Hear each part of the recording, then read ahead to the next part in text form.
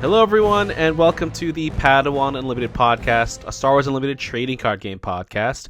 I am your host, Gil, and today I am joined by the magnificent Rob and Corey. How are you guys doing? Hello there. Oh, come on, you stole my intro. Well, I was waiting for you to do it. That's like cool. Someone's got to pick up the Yeah, slack here. can't Come on, keep it. Cody. Can't keep it silent for more than too long. Can't have dead air. hmm No dead Um, air. so we have a pretty exciting episode to talk about stuff today. It's our first episode after our 1 year anniversary. So we're starting on our 2 year journey. 2 out of 20, I guess. I don't know. We'll see what happens. Episode? No, that was Episode not 50. really episode. Two. But episode 53, if you haven't listened to the episode prior, I suggest that you do because especially if you're a new listener, because there may or may not be some interesting pricing for listening to that episode.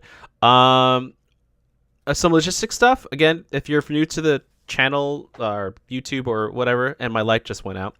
If you're watching the YouTube, please give us a like, subscribe, tell your friends, leave a comment, whatever.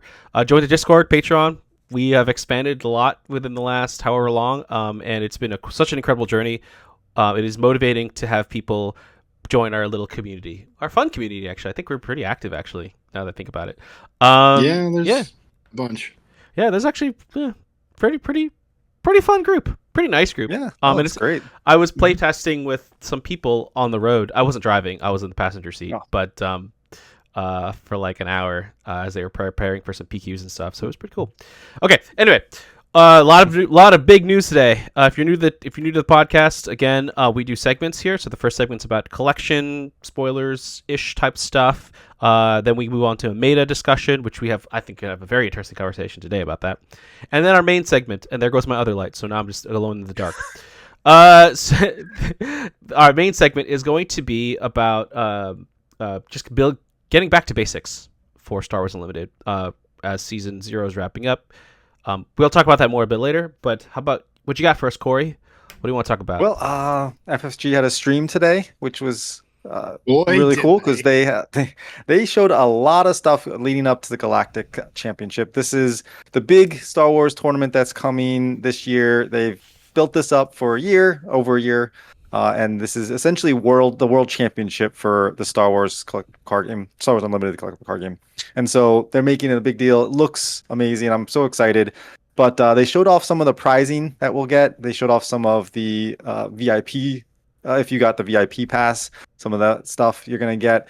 Yeah. And as just a regular participant, if you're going to go and participate, they showed off what you can get there, as well as just like if you're not even playing, they have like, oh, if you just want to walk around and collect things, there's these pins you can get. And so tokens, so many yeah, tokens. and tokens, yeah. And so there's a bunch of stuff there. So I do want to shout out some of the prizing, because if you're a competitive player in this and you can make it to day 2 and make it to day 3, there's some really cool stuff that they're Yeah. putting out there. And I want to shout out first is the top 64. You're probably going to have 1,000 plus people playing in this tournament. So top 64, they're going to have a special exclusive for those players. That is all lightsabers. They have a new treatment as far as the way the cards are laid out. So it's a new layout there, but it's just a focus on the lightsabers. I highly recommend going to check out the FFG website. I believe they have it up on there in one of the articles. They're gonna, at least if they don't by now, they should This have week. it up soon. Yeah. Highly check that out. Even if you have no aspirations of getting to top 64, these cards are amazing. Just look at them; they're really cool. So that's really neat. As far as if you are going to participate in this Galactic Championship, and even if you drop out, you will get some pretty cool exclusives as well, which are in these silver packs. And Yeah. I saw on the Discord some talk about that. There's 12 different cards? There's 12 different cards. That's what it. I Yeah. watched the stream after we had started discussing, so it's 12 different cards. Yeah, and there's the scenes that they make. There's a specific scene that you can get with Asajj and Quinlan Voss, which is really cool. There's a book that about them, and so this is a scene I would imagine is from that, because that art looks awesome. There's going to be a playmat of that also, which is Yeah. really Yep. cool. So again, all these things I highly recommend checking it out because it's really cool. Did you guys have any favorites that you saw? I'm very stoked that the Super Laser Blast alt art is on the prize wall and not like locked behind a pack because that card is gorgeous and I definitely want to play a set of those. Nice. But I'm actually kind of bummed that the black packs are not available it's locked behind making it to day 2 and day 3. But you know that's okay. I mean, you got to keep some things exclusive. I guess. Yeah. So let's talk about that a little bit more. The black packs are Galactic Championship card packs that are available, like you said, only for day 2 and 3, and I think they have another 12 or 20. It was 10. 10. Sorry. 10. Yeah. 10. So 10 cards only available to people who make it to day 2 and 3. Right. So if you wash out day 1, these will not be available to you. At first, I thought it was just like, oh, if you're at like, every day you go, you're going to get a different color pack, but it's actually for the main event, right? So, yeah. Go on, Gil. No. Just, I mean, so these are going to be really exclusive, like cards for sure. And they're all just again alternate art cards, more showcasey actually. Just of cards that are already in circulation. So it's not like these cards. Some Legend of the Force cards. Yes, these cards are not going to be only available like in terms of playable cards are not locked to like a top 64 player or whatever. They can like you'll have access to the cards in Force of the Legends of the Force set, just not the alternate art card. I think that's an important distinction, especially for new people. Like, yes. I think from my understanding, like Yu-Gi-Oh or Magic the Gathering or something, sometimes they had like really good cards. You only got access to them if you placed high in the tournament, which is really bad for like regular play because like usually those are like really powerful cards. I mean, I could be wrong, but I'm pretty sure that's actually happened in the past. I think it was like alt art treatments. I don't know about Yu-Gi-Oh, but I think Magic was always alt art treatments. The thing is, if you're going to lock a card that's unavailable, that is unique, and is unavailable to players that are not competitive enough to, or not necessarily competitive enough, but that want to play competitively, and they won't have the opportunity to get that card naturally, that's just a feel bad, and it makes the majority of your players feel bad. Like that, you can't do. So if you're gonna have these special exclusive cards, they definitely need to be cards that are available to the players that aren't going to be competitive players, and but at the same time, you have to make it special for the people that are trying hard and working at this game to get better and become top 64 players or whatever. How many make it to day 2? Do we know like how many people would make day 2? Like, is there any idea? Do you have any guess? Okay, so there's. I think you have to X and 2 is what they were saying. Yeah, so if there's 1,000, I don't know. I think it depends on how many players there are, because I think the first round is the first day is like what 7 rounds or something like that. You're gonna have I don't know. It's like a lot of PQs around the world, but all those people are not participating day 1. But those are about those are only about like 200 people like to have day 1 buys. Still okay, so right? that's a lot though, right? That's still a lot. Yeah, that's an entire people. So we're talking probably 2,000 people playing in the main event then, like, because if we're talking about 200 people made the day 2 buy, that's. Do you think there's going to be? Yeah, that's 10% of the pool. Like, what do you think? Yeah, that's a good question. I don't know. I'm sure there's a cap somewhere like that they shared. I just haven't read that. Yeah, but same. Yeah, it's pretty cool. I was just gonna say, like, so you could. I mean, making day 2 is going to be tough, no matter what, because of the number of people. But doesn't sound impossible. No, I don't think it's impossible. The top 64 is a lot further away than day 2. Yeah, and you think about like all the top players, quote unquote top players, are not gonna be. You're not gonna be playing against them. Not all of them. Not all of them. So but this is all meta talk. So let's go back to collection stuff. I think there's a lot of good stuff for people who collect cards, like pins, like accessories. Right? They have a lot of different stuff. They have the cool sleeves, cool game boxes, playmats galore.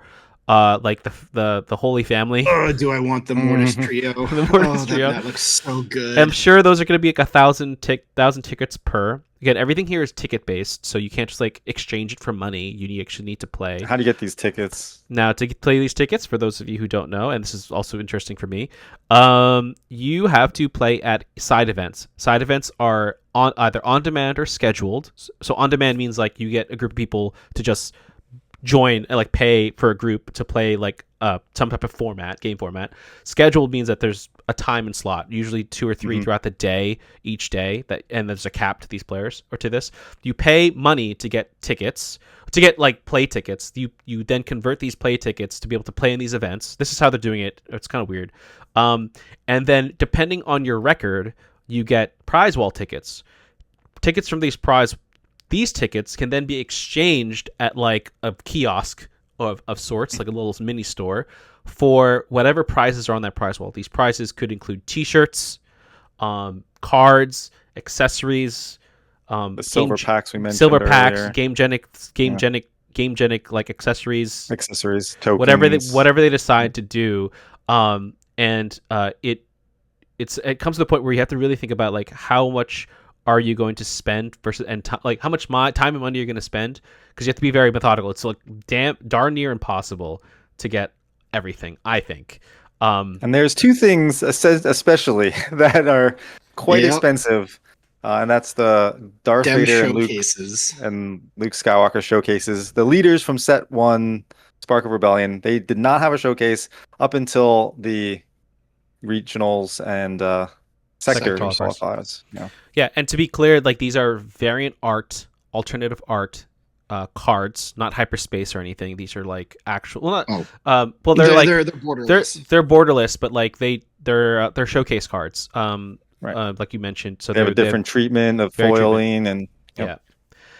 They are 5,000 tickets each. Yeah. So that sounds like a lot. I don't know what does that mean though, as far as an event. Like we do an event, we play in a side event. How many tickets can we expect to get? So for an on-demand premiere pod of 8 people, so that's constructed events. That means you have a pre-made deck of 50 or 60 cards, and then your sideboard. There is roughly 5,000 ish tickets. I have to do the math. Like 4,600. I did it earlier. For 46 for 8 people, it's 4,600. No, but did you get? But you have to remember, you have to each person gets one at 100 just for joining. Yeah, no, that's including that. What? Yeah, is that really? Because it's 400. It basically a winner and a loser. It's a total of 400. You get 100 for starting, so there's 800 tickets in the pool. Then you get 1,600 tickets for the first round. So that's 2,400. Then it's single elimination, so the people who are eliminated get knocked out. So there's only 2 games. So now there's only 800 in the pool.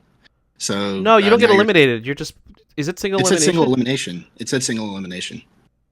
Oh, I thought it was around. No, it's Swiss. How is it single elimination if it's Swiss? It literally says it's single elimination on the website. So then it's 3,200. Then you go to a round of 2, so it's another 400, and then it's so it's 3,600. And then the winner gets 1,000. Like so 1,000 total. You mean? No, 1,000 for winning. 1,000 for winning. Yeah, 1,000 total tickets. So because they were 300 total, or is it 1,000 on top of it? Adding everything you've already gotten so far. Yeah, so they would get 300, 300, 300, and then the 100 for participating. So that's 1,000. So person then it's 36. Yeah. Okay. But then why would you get 100 tickets per loss? Because they said it's like you get 100 for participating, winner gets 300, loser gets 100. So every game you play, you get you can potentially get tickets. So if you lose, you get 200 tickets and you're done. If you win, you get 400, then you get 700, then you get 1,000. Oh, that's pretty lame. I didn't realize it was single elimination. Because that doesn't make any sense for Swiss. Because Swiss isn't single elimination, is it? It's just one game. You're playing one game. It's single game. Well, are there different events that might have single elimination, and then there are ones that have Swiss?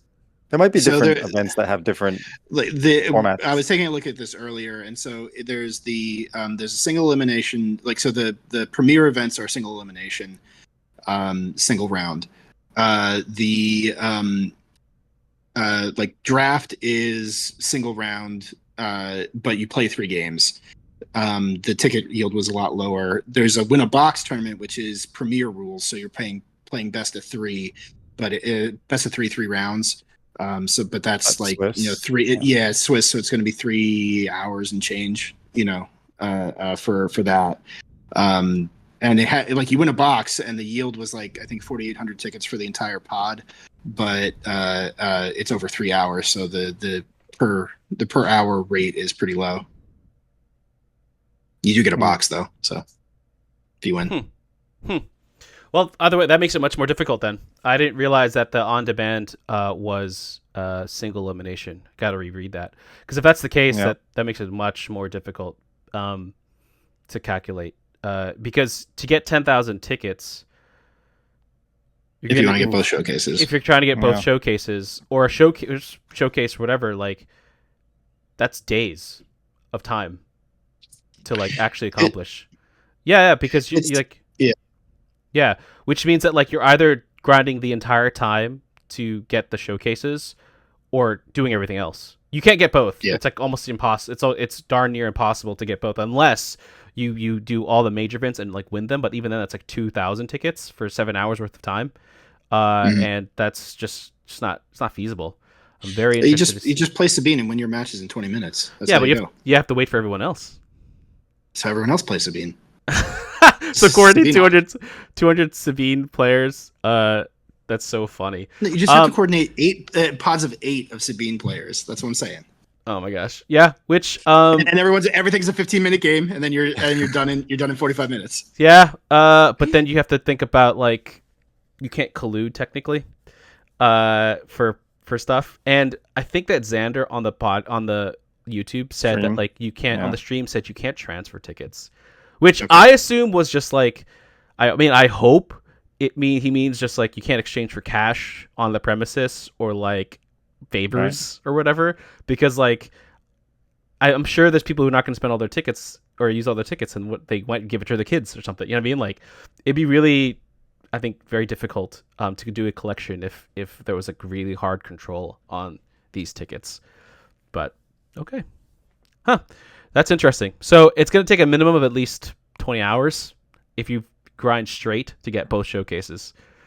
Minimum. I'm looking to get one. That's my goal. Let's get one and then get like a bunch of play mats. Get the. I want that play mat. I want that. Like, I want the play mat. I probably want the Vader and then like the 3 super laser blasts, maybe 3 Shin Hotties. And how much do you think the all these prizes will go for, like monetarily? Oof.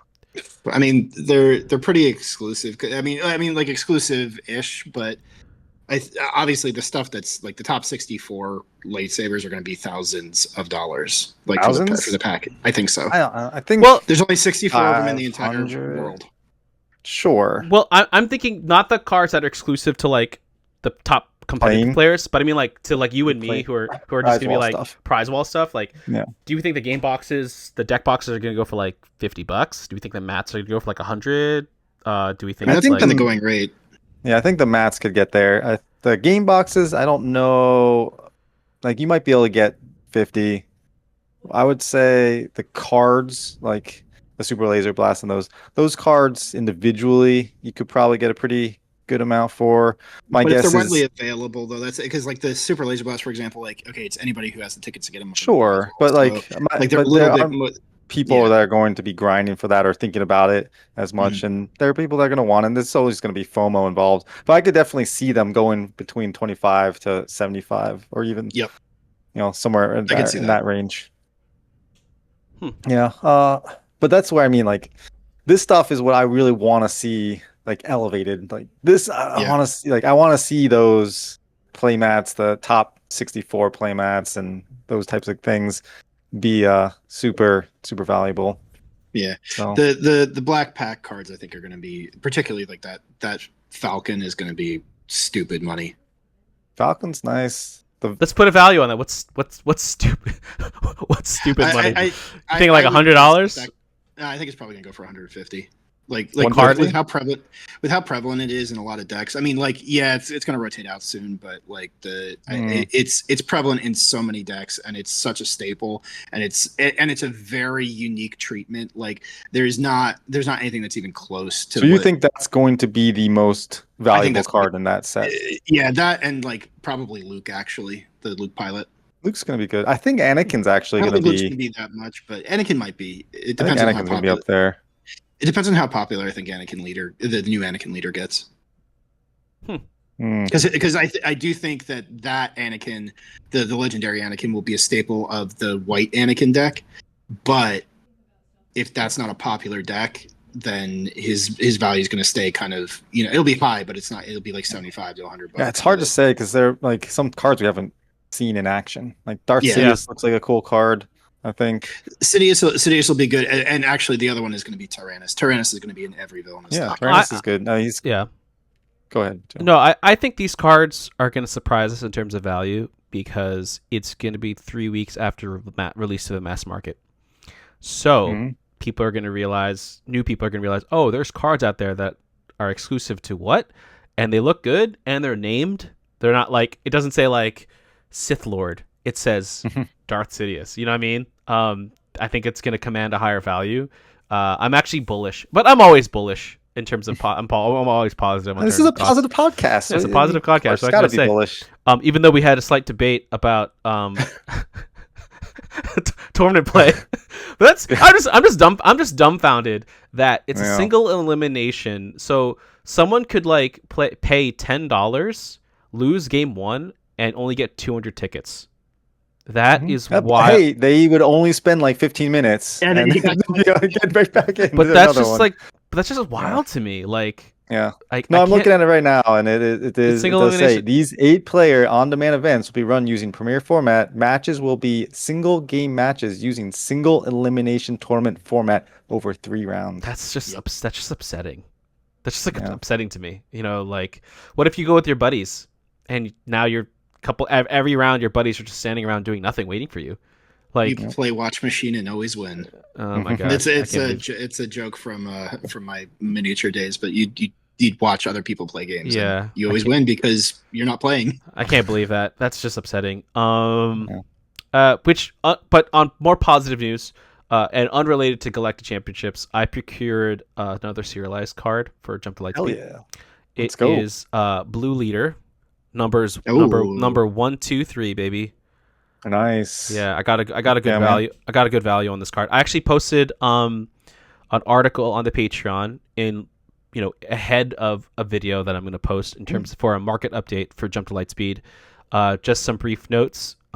My predictions were pretty good, I will say. Hell yeah, man. I predicted that the average cost for average sales price for a serialized card was going to be $385. And out of 95 price points across a variety of cards, the average value of sale value is 391 or something, 390 something. Oh wow, 389. So I was really close. Of course, there's a lot of variance, and it's to be fair, it's only 95 price points, but still 95 is a good sample size in terms of you need at least 20 for something. Yeah, sure. So I think it's a good one of the things I will say, it's a good indication of where the market's going to go for future prestige cards. Because this was the first time they did it. This is not necessarily. It's only going to get higher. Yeah, it wasn't necessarily an exciting like, oh my gosh, these ships are like the most iconic ships I've ever seen. Iconic ships are definitely going for more. Yeah, like the Millennium Falcon card is going for a lot. Not the home one, so playability definitely does matter. Not just like named unique cards. But check out the article on the Patreon, and then I will post a video on it in the near future. Again, this is more for early access, just knowledge for those who are like listeners to us. Definitely. Okay, so we've been talking about this for like a while. Real now. quick, I do want to just say I really hope that they make the serialized cards this time around 1 of 100, because I think 1 of 250 was a little too much. I want these cards to be much more exclusive, and when you hit them, feel like wow. Because I don't know, I felt like they were getting hit all over the place. And even though there are 1 in 8 boxes, and the thing is, these boxes are $300, but it felt like they're all over the places. And I would love to see like a little bit more scarcity, or have a variance rather of maybe this one's 1 to 300, and this one's 1 to 200, and this one's 1 to 100. I'd love to see that, just to mix it up a little bit. Interesting. Yeah, I think that's fair. Look, Rob, it looks like you're about to say something. Well, I was going to say, like, do you want to talk about the Padawan Unlimited con exclusives that might be upcoming? Yeah. for I guess it's for anyone who just collects for just random things. But we put in an order for some stickers, so we're gonna have Padawan Unlimited stickers. We're gonna try to do the T-shirt thing. It's really expensive. That's one of the big pieces, and then we're also gonna try to build our own cards, Padawan Unlimited cards, in the style of Star Wars Unlimited. So you might see a Gil, relentless podcast host, heroism card. I've been tooling around with it. It's kind of fun to see. It's so funny because I made it a legendary, but like 7 cost legendary, but it only has 1/1. Nice. I was like, wait, what is this? But yeah, no, it makes sense though with some of the keywords and some of the rules that you put on it. Some of the rules, it's the Sentinel, and then the playability, the ability on it is that this card can't be defeated. So you have to go to a different arena to like if this is a real card, you'd have to go to like it. Yeah, you'd have to waylay it or something, or maybe I'll just change it. But like this card can't be returned, captured, delete, or defeated by any card. So you just have to like go to space. You can't escape the Gil. You can't escape me. I'll just keep. And my win plate is produce podcast episode every Thursday. So duh. Yours is cool too. I liked your art. Anyway,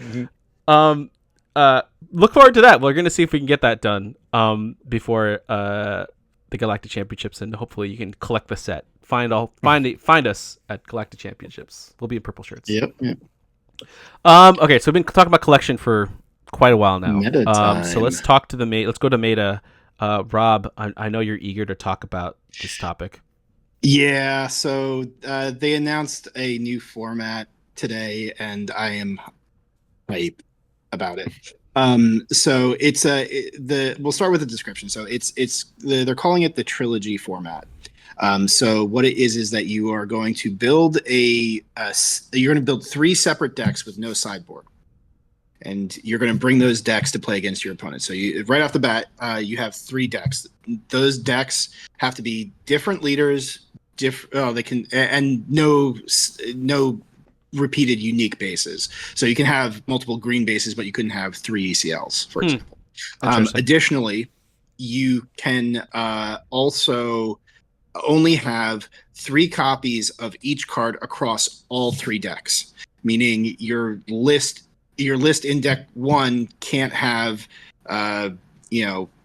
it can't have Han, and then you have another deck that has Han in it, the same Han in it as well. So you can, as long as there's 1 in one deck and 1 in another. Well, deck. But you can't have more than 3 of the same exact decks of one of. Oh, that's interesting. You could have 3 total of a card with all 3 decks. Across all 3 decks. Okay. So you could have 2 Hans in one deck and 1 Han in another deck, but you could not have 3. And they said that you can't I'm going to have my 3 cards in one deck, unsleeve them, put them in another deck. They have to be complete decks. It has to be in the same deck. Yep. Yeah. So it's your list locked across all 3. Deck checks are going to be wild. Seriously. Sorry. But that's what I was thinking too. Yeah, but I think probably the coolest thing about this format then is that okay, so you've now built your 3 separate decks with all of your card limitations. And base and leader combos. Then you get to go. Now we're going to play this, right? So what you do is you come to the table with your 3 leader and base combinations and show those to your opponent. Secretly, and they show you theirs. Secretly, you each choose 1 leader base combo to ban that they cannot play. So you come to the table and you're like, man, I just don't want to see Han green across from me. I see it. I'm like, I'm banning that one immediately. But you have to play against the other 2 decks now. Okay. So now, in order to win a round of this, you have to win with each of your decks, which means now after the banning phase, we choose the 2 players have 2 decks remaining. You choose in secret which deck you're going to play against your opponent. So now you have 2 lists that you're looking at that you have to figure out. Okay, if I play this, I can beat this deck, but I can't beat this deck. And then how do you do that? So now you're going to play around, and whoever wins must play their second deck. You have to play your second deck until you win with that deck. So you've won once with the first deck, and now you have to win with the second deck. The other player now has the option. If they lost, then the other player has the option to switch their deck. They can play their other deck. But if they win with that one, then they have to play their second deck. So you're playing second deck against second deck. You can only win You can only play this one deck. Per Once if win. you win it. Yeah. So if once you win with a deck, you cannot play with it again. Yes. Okay, interesting. So this the reason I'm really hyped about this is because this reminds me a lot of my War Machine days when I would play miniature games. The standard format for War Machine was you'd come to the table with 3 lists, and you would look at your opponent's list and be like, now there was no pick and ban situation here because you had to worry about scenarios and other things. But generally speaking, you would come to the table and be like, okay, they're playing this list, and this list. I know kind of what they do. If they pick this, I can't pick this, so I have to pick this list. And you would build the 3 lists to present problems to your opponents. So you would say like, okay, I'm going to build a list that is nothing but high damage spam. Like I have 50 dudes, they all do a ton of damage. They die to a stiff breeze, but if one of them gets there, you're going to have a problem. And if you can't deal with that, I'm going to win the game.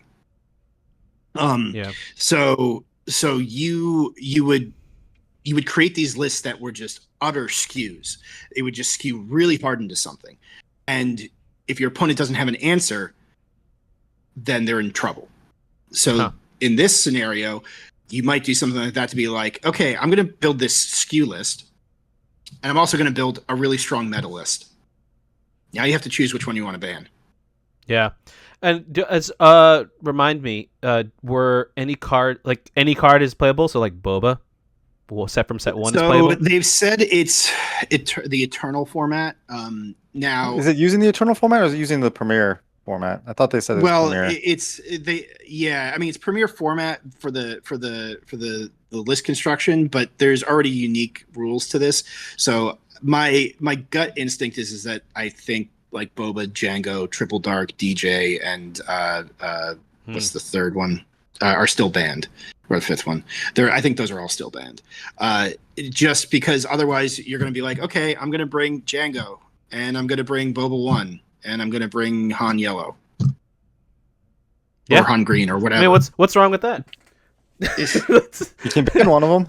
Yeah, I mean, but so like it's like whichever one you ban, the other one's just as bad, and it's just like that, and because like then the meta evolves into all right, everyone's gonna, because you're allowed to use cards from set 1 through current, and I'm assuming that's going to continue on. It's going to be not only set 1 through 6, but then set 1 through 7, 8, so on and so forth. So like now you're like, okay, I'm going to just use the strongest leader, and if you can't, like, you have to play that, and so it's okay, do I ban Boba and then have to play against Django? Like that's what it's going to devolve into if that's the case. So I mean, I bring this up because I'm curious on what we think the meta is going to be for the initial like trilogy plays. Like, assuming things are still banned, what kind of decks are we going to see here? You know what I mean? Well, I think it's decks, number one, that pose questions. And don't necessarily need the sideboard to do that. So I think you're going to see Sabine. I think Sabine may be a staple of this because she's just a question that you ask your opponent, and it doesn't need to be sideboarded much to really be effective against a lot of things. So you're going to see decks that are. I think that's going to be one that will be a staple, right? But then I think you're going to see some weird stuff. I could see like a Kylo Tarkin Town, or like a Grand Inquisitor speed deck, right? Where it's just like, can you answer this? If I play this, I'm gonna kill you by turn 4. Can you deal with this without a sideboard? Decks that like sometimes you'll play against round 1 and you're like, man, I don't have an answer for this in my main deck, but I have an answer for it in my sideboard, and if I sideboard on these cards, I'll be fine. But you don't have that option here. So like I think you could see some really weird stuff potentially, because I think you're going to see 2 main meta decks, and then I think you're going to see like some weird brews that come up to the table because your opponent's not going to be ready for them. So they're going to be like, should I ban this because I don't know what it's going to do, and I know how to play against these other 2 decks. It's you're going to start to ask questions that of your opponents that isn't just their skill at playing one single deck. It's their knowledge of the card base. I'm excited to see stores, like local stores, use this format with like thematic approaches to it. So, for Yeah, that example, could be cool. you have you could only play Dark Side, right? So, and the theme here is like Emperor Palpatine, Darth Maul, and Count Dooku. You know what I mean? Or like your trilogy is gonna be like Luke Skywalker, Leia, and Han. Han. You know what I mean? Mhm. Or all the Bobas, or like Fett family, like you know what I mean, like something like that. Yeah. That would The be theming like would be fun. like a thematic. I'm excited to see what stores do with this, because that seems to me like really really fun and exciting. And I think like if you bring 3 jank decks, let's go. That's my bread and butter, baby. but I mean, again, like even like your OB Green, right? Like OB Green, OB Data Vault or OB ECL, right? Like that's a deck that asks a question that if your opponent can't deal with it and they don't have the ability to sideboard into it, could win you a match, and you only have to win one match with it. That's the thing. So Yeah, it's like best of one. Yeah, it's best of one for each deck. That's wild.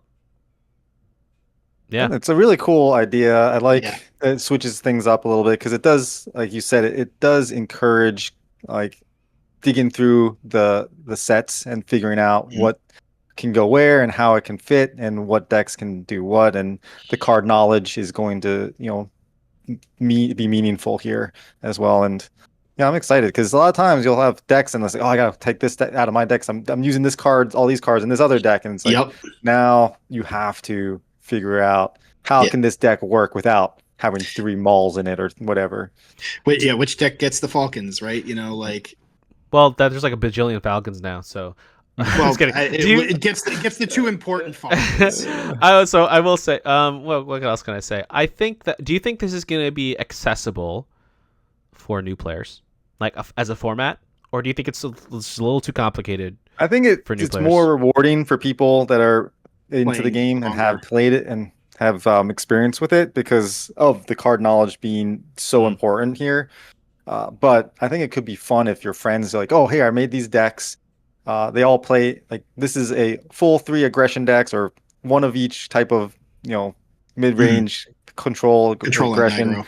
Yeah. And so, yeah, aggro, and you can have some fun with that and just like have them try different things. So I think it can be accessible. It depends on the people you're playing with and how it's being run because obviously, you get jerks in there. They're gonna be Well, I all. see. The thing is, I do think this is probably ultimately going to be a competitive format. Whether it takes off or not is a question. Yeah. But because of the things that we're talking about, first of all, you'll have had to have been playing the game for a long time to have just literally the cards, right? To dig through. You're going to need set 1 through set 6 minimally right now. When you talk about card knowledge, you now have to know. You might not have to know every single card in every deck, but you're going to have to know the important ones in each set. So now you're talking about expanded knowledge base. Yeah. It is going to be one of those ones that I think it will be hard to get into, but I do think it's going to be I think it is going to be one of their like flagship competitive formats in the long run. I think that's fair. I mean, I would expect that new players aren't going to jump into that in droves. Yeah. It's going to definitely be a more competitive. I would agree. It's going to definitely be a more competitive thing, competitive format. It requires a lot of game knowledge, card knowledge, and experience to be able to navigate like 3 different, like all these potential combinations for the meta. Yeah, and you have to navigate 3 decks. You have to be able to pilot 3 decks. Yeah, you have to be able to pilot them competently. Or I mean, again, assuming this is a competitive thing. So I'm with you. Which brings us to our final topic of the night, segues. which is the first part of a 3-part series. It's a trilogy, if you will. Trilogy. Trilogy even. Man, look at it. It's like it was planned or not or something. We're gonna talk about getting back to basics for part 1. Right, it's going to be like a 3-part, like basics, intermediate, advanced, kind of discussion, for Star Wars Unlimited because we are nearing season 0 for this. We're for Star Wars Unlimited, the end of season 0, which will culminate at the Galactic Championships at the end of July. We'll have 6 sets out. This game will be out for a little over a year, And with the mass market coming out, assuming that we're going to get a lot of new players, that maybe potential new listeners as well. What does and that then mass also, market mean, Gil? mass market means that you're going to see these cards not just at local game stores, but you're going to see it at Target. places like Target, like Pokemon cards or Yu-Gi-Oh cards, or even Magic now, right? And your traditional trading cards, like they're going to be more widely available, and that's a big deal. So I think for this part one, we're going to just go over a couple things very quickly. We definitely want to keep this podcast not over an hour, as like my operational process. I don't know how to explain it, how other way to say it. But for me, Reset the clock, Gil. yeah, I think the thing I want to talk about first as part of basics is the anatomy of a card, right? When you look at a card, what is it showing you? What is it giving? What information is it giving you? What matters on this card when you are collecting it, playing it, etc.? I'll go first. I think that the one very prominent thing you have to look at in a card is at the top left, you'll see in a golden icon is a number.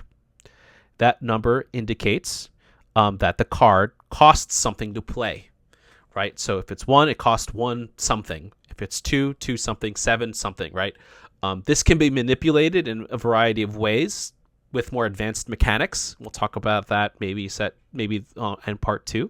But that's one of those things that's very important to understand. The lower the cost, the earlier you can play this card, right? And I think that is a very important part of the anatomy, especially when you start talking about advanced mechanics like, oh, I want to use this one card, this one base called Energy Conversion Lab, which allows me to use a card that costs less than 6, right? Which is that top left icon, and then I could use it with an ambush keyword, which we could again talk about in the future, right? There's all these things that rely on that cost, and so to me, that's like one of the most important fundamental things you need to understand, because it is one of the basics of the game. So that's mine as getting back to basics.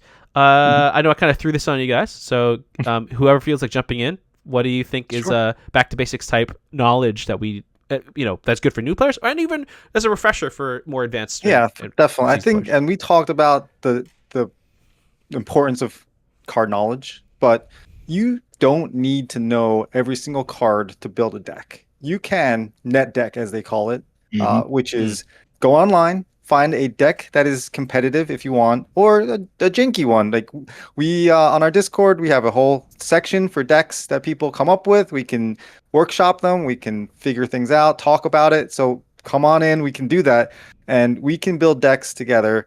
There is no prior requirement to know, not call it card knowledge, to know what you need to do to build a deck. I think it's important to understand that you do not have to build it yourself. You can build a deck based off of somebody else's deck and then tweak it the way you want it. You can adjust it to make it your own once you have a framework. You're not required to do it all at once by yourself. There are a lot of resources out there, and us being one, like I said, join our Discord. We will be happy to take a look at the decks if you're curious about leader and things like that. But as far as basics go, you do not need to build a deck on your own. There are plenty of resources to be able to have a deck that you can start with and then build on that or build off of that.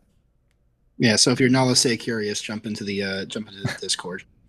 Exactly. But seriously though, there's no shame in net decking. I am god awful at building decks, if I'm being perfectly honest.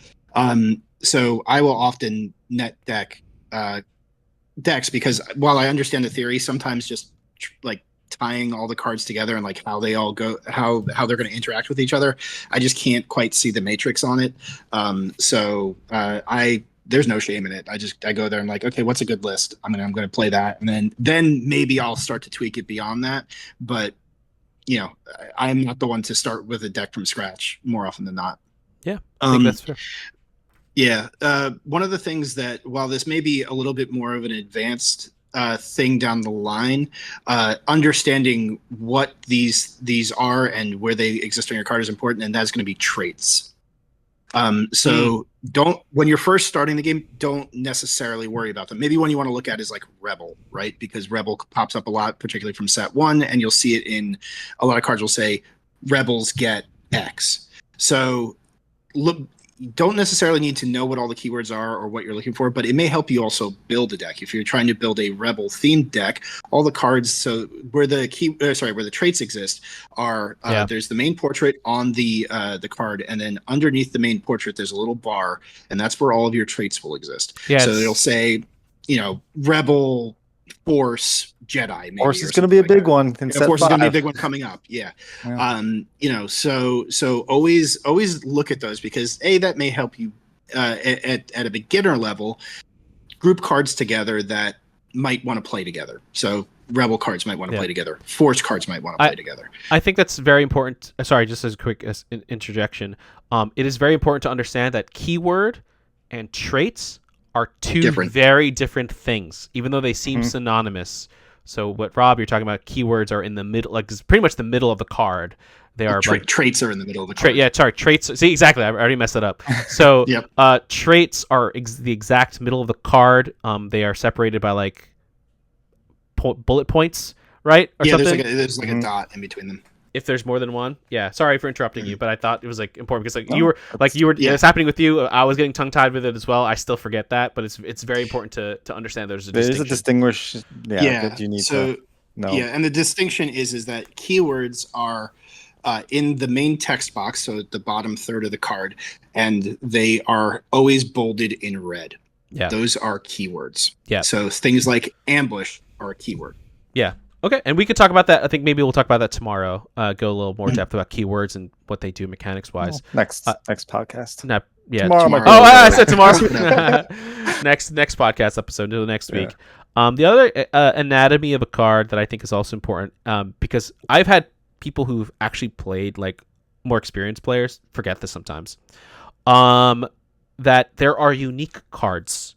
So unique cards are cards you can only have on the field or in an arena, only one of them at a time. And the way you identify that a card is unique is that next to its name at the top, there is like a little diamond that indicates it is a unique card. And also this is important because some card interactions may or may not affect a unique card. We'll talk about that in a little bit future, but like, for example, the command aspect card from set 1, which is the 4-cost double green card. Right, that has an effect for non-unique and unique cards. That is a very interesting interaction. So I think that's important because I've played against a Sabine player that literally threw out 2 Sabines, and they were like, I forgot about it, they forgot about it, and they had 2 Sabines on the 2 Sabine units, not leaders. And that's Sabine Wren is a unique card from set 1. It's a 2-cost. They played 2, and none of us caught it for like an entire round. So like, go ahead. That's exactly what I was going to talk about next too, Gil, because when you are building a deck, you need to think about those interactions as well, because having 2 Sabine units isn't technically illegal if they have a unique title, right? So you have the Sabine unit, which is what you talked about, and if you have, there are actually 2 of them. There are multiple Sabine units, but you have the Sabine unit, which came out set 1, and then you have the Sabine leader, which came out set 1, and so you could have played them both because they have a different subtitle, right? So as long as you have a different subtitle, you can play multiple of a card that has the same name. So Millennium Falcon, we talked about earlier in the podcast, is another one that is a unique card that has multiple versions of itself that have different. I think.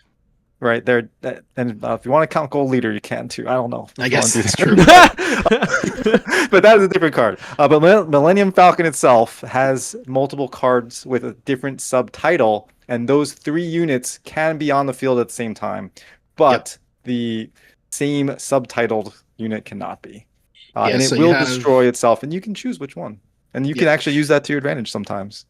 Yeah, you can. And so like to what Corey was talking about with the Millennium Falcon, you have the Millennium Falcon from the first set, which is Piece of Junk. is the subtitle. Then you have literally. Hey, that's offensive to Corellians.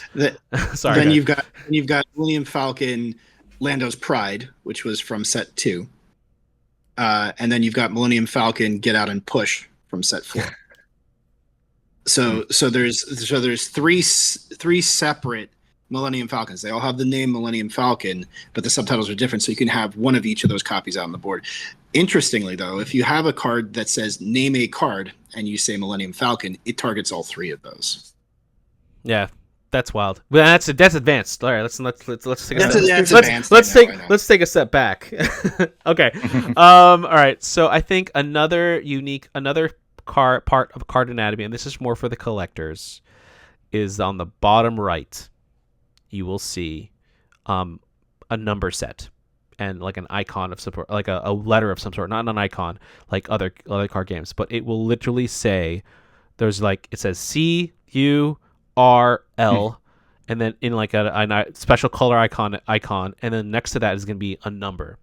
That indicates a rarity of some sort. So common, uncommon, rare, legendary, special, which is S. I used to think it meant starter set, but like it's just special. It's just special. Yep. And then there's a number next to that card. Interestingly enough, and so that number is usually like 1 out of 252, or like it'll be like if it's a variant card of some sort, it will be like 1 out of 20. Or if a hyperspace foil or some hyperspace foil or something, it'll say like 612, right? Depending on the set.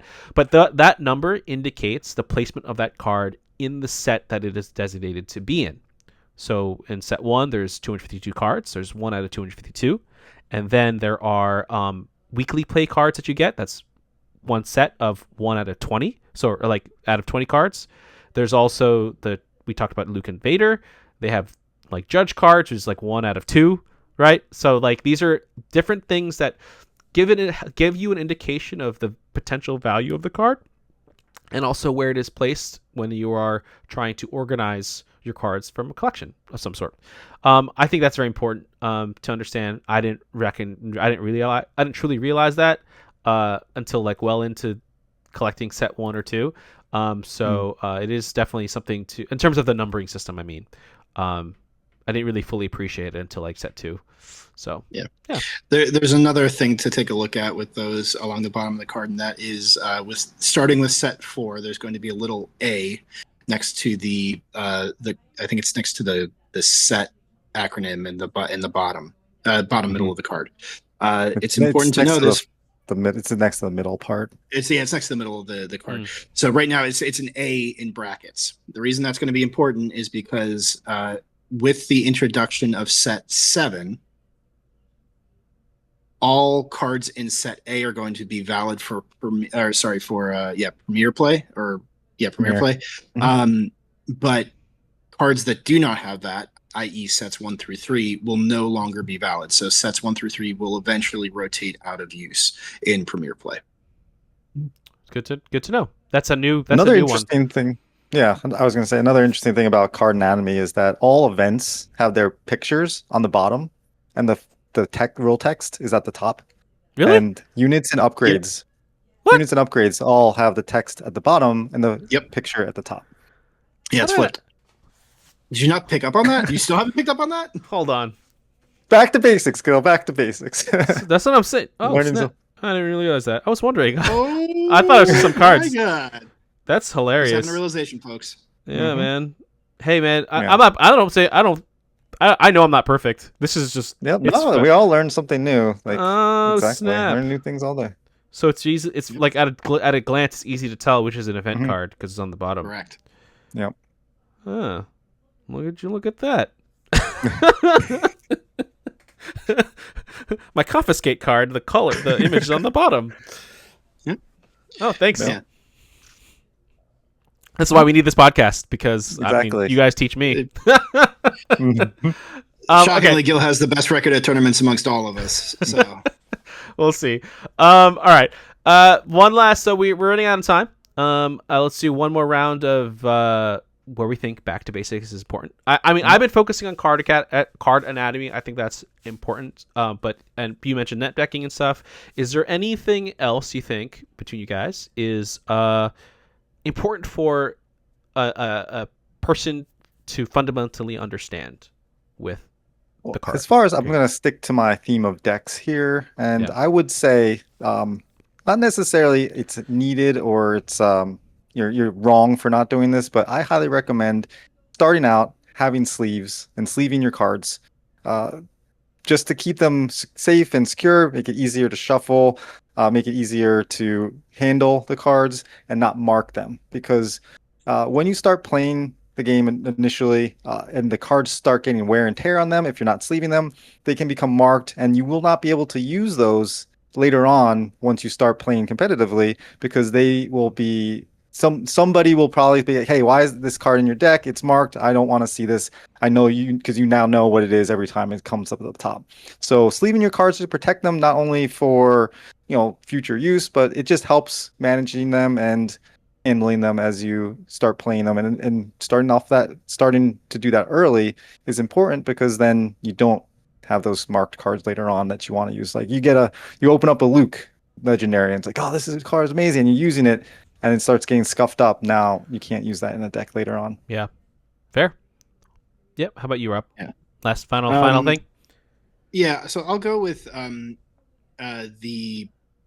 the overall play cycle of the game, i.e. alternating turns, and also understanding how claiming initiative works. Because if you're coming from other CCGs or TCGs, this is probably somewhat unique to you. It is no longer, I take my entire turn, you take your entire turn, and we go back and forth. You're playing a single action, meaning you attack with a card, you play a card, you play an event, you get to do one of those, then your opponent gets to respond to it. And then I think we'll probably talk about this more as we get to advanced rules, but understanding how claiming initiative works, why it's important is an advanced thing, but knowing that once you claim, you can no longer take any other actions. So once you have decided I'm going to go first next round, you can't do anything else. That's fair. I think people, I know I've forgotten about that too. So from time to time, I'll be like, I claim, they pass, and then I start to play something because I've forgotten. So that's very important to remember. Thank you for that, Rob. For me, my final comment here, even though I kind of focused on anatomy of a card, I'm going to shift to something completely different because that's just who I am. Don't be afraid to lose. I am still struggling with this as a person who just likes to win. Like I am an exceedingly competitive person. I force myself to not be competitive, but it hurts me when I lose games, even if it's like a draft. Like I physically like have a reaction to losing, and it's not necessarily always a good one. So I will say that, especially if you're new to the game, you have to remember that some people that you play against have just a lot of experience, right? And you're not Goku when you can't like hyperbolic chamber that. You have to like play like games, and it takes time to build the game IQ to be successful in that sense. You could be successful in the game in a lot of different ways, right? You could be a content creator. You can just play draft. You can collect. And you could never show up to a store aside from just like when you pick up your box. Like there's a lot of ways to be successful in and enjoy Star Wars Unlimited, the trading card game. So for me, don't, especially if you have that like drive, like don't. It's okay to lose. Trust me, I also struggle with that as well. So with that, I want to thank you all for joining for this very special episode of the first episode of our second year of podcasting, and to many more years to come. Rob, Corey, as always, appreciate your insight into the game, and you're leading the segments that we have here. I think it's been working really well. And to everyone else out there, until next time, may the force be with you.